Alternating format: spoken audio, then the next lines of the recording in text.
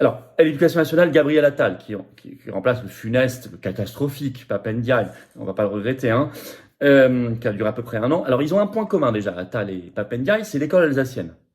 Bah oui, parce qu'ils recommandent, ils vantent l'école publique, etc. pour les autres, mais enfin, les enfants de Pap Ndiaye sont à l'école alsacienne, hein, privée, ultra chic à Paris, et Gabriel Attal, quand il était petit, il était à l'école alsacienne. Donc ils ont un lien déjà. Et par ailleurs, alors c'est le plus jeune ministre de l'Éducation nationale de la Ve République, 34 ans. Et, bon, on peut s'étonner quand même de mettre quelqu'un comme ça. Quelle est son expérience? Enfin, c'est quand même un très gros navire. Et puis, on s'occupe de millions d'enfants, de jeunes, les parents d'élèves, les professeurs. Enfin, c'est quand même assez étonnant tout ça, hein. Pour pas dire plus. Alors tout récemment, c'est très intéressant du point de vue oligarchique. Il était un des 10 Français qui avaient été invités à la réunion du groupe Bilderberg.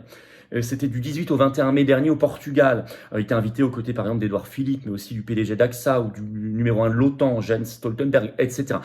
Bon, là généralement quand vous êtes invité au Bilderberg, c'est un groupe complètement opaque, eh bien, c'est qu'on va vous propulser votre carrière. Bon, voilà, ça se passe.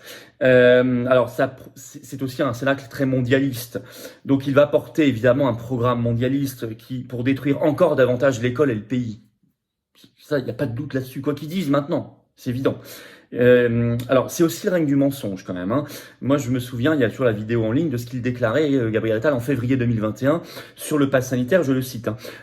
Avant qu'il existe, hein, il est arrivé en juillet en France, hein. Le pass sanitaire a du sens seulement si on est sûr que les vaccinés ne transmettent pas le virus. Ah, ouais, bah, donc ça n'avait pas de sens.